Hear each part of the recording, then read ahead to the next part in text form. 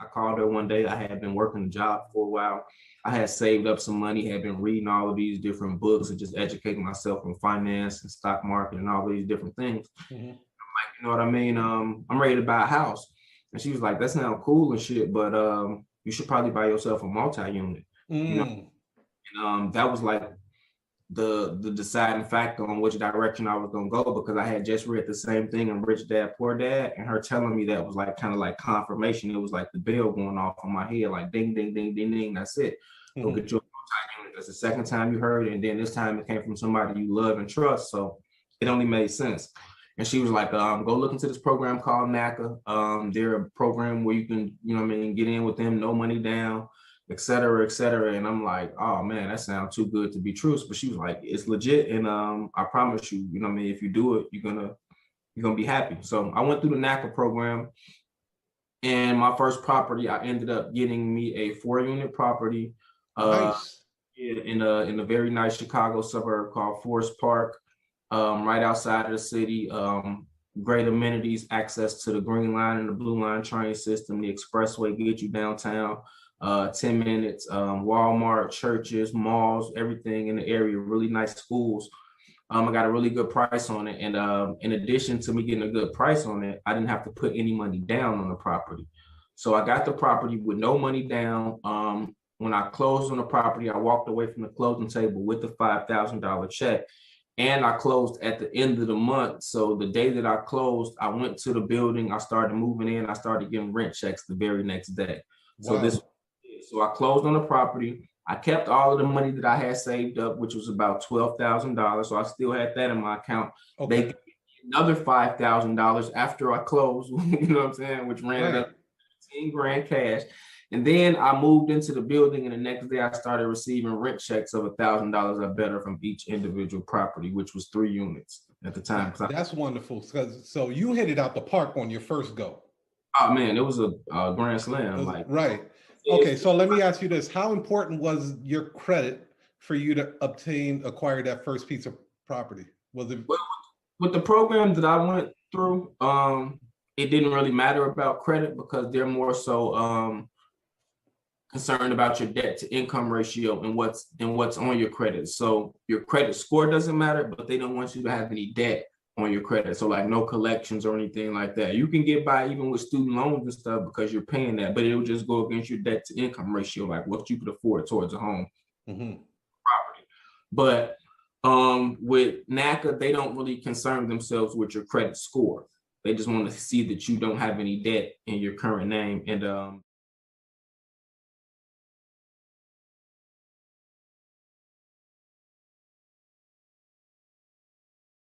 so my audience, I have a large audience of notaries, right? And okay.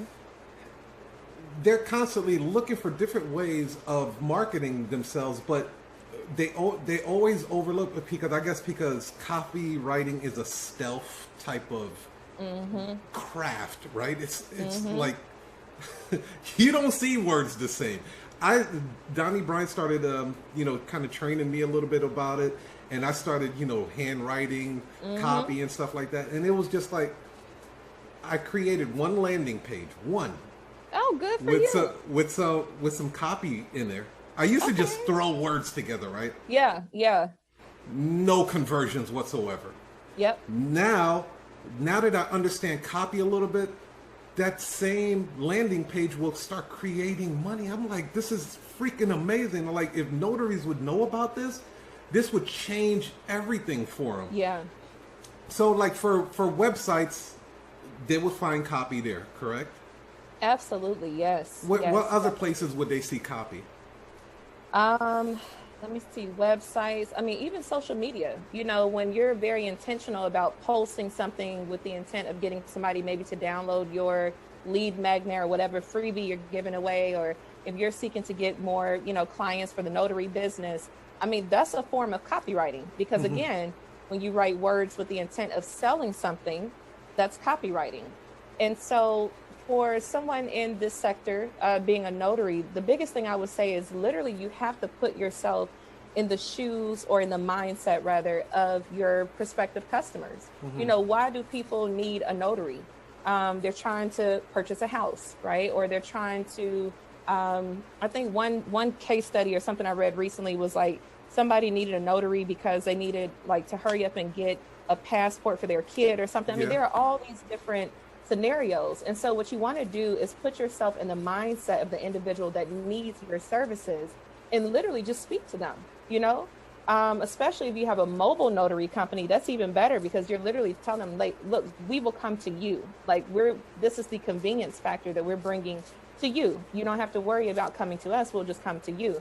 But that's the biggest thing. I tell people all the time, a lot of folks mistakenly assume that to be successful as as a notary, as a copywriter, it means that you have to know how to write grammatically correct. Mm-hmm. That's not true. Actually, the success factor that comes with being a copywriter is empathy. You have to empathize with people. So the more that you're able to hone that skill of empathy, the better you are at being able to sell people your products and services through words.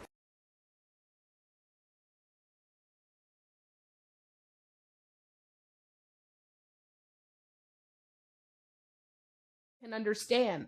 But one of the things that I found, because I was only in corporate for 1 year of my life, and I don't even know if you call that corporate, I just had a salary. But I don't understand a lot of the terminology. So when I was trying to launch these businesses, child, didn't nobody think about it. We're not taught how to start a business. We're not taught to get an LLC and get business bank accounts and all these. We're not taught these things. We don't know what a SOP is. We don't know what a board is. And so I remember going to some of these events where it's like, okay, I'm making 6 figures. It's time to scale. And I would sit here and they're like, yeah, you need to get your women's registration or whatever these certifications are and all this stuff. And I'm like, and I don't want to look stupid because I mean, I'm over here making a decent income, so I must know what I'm doing.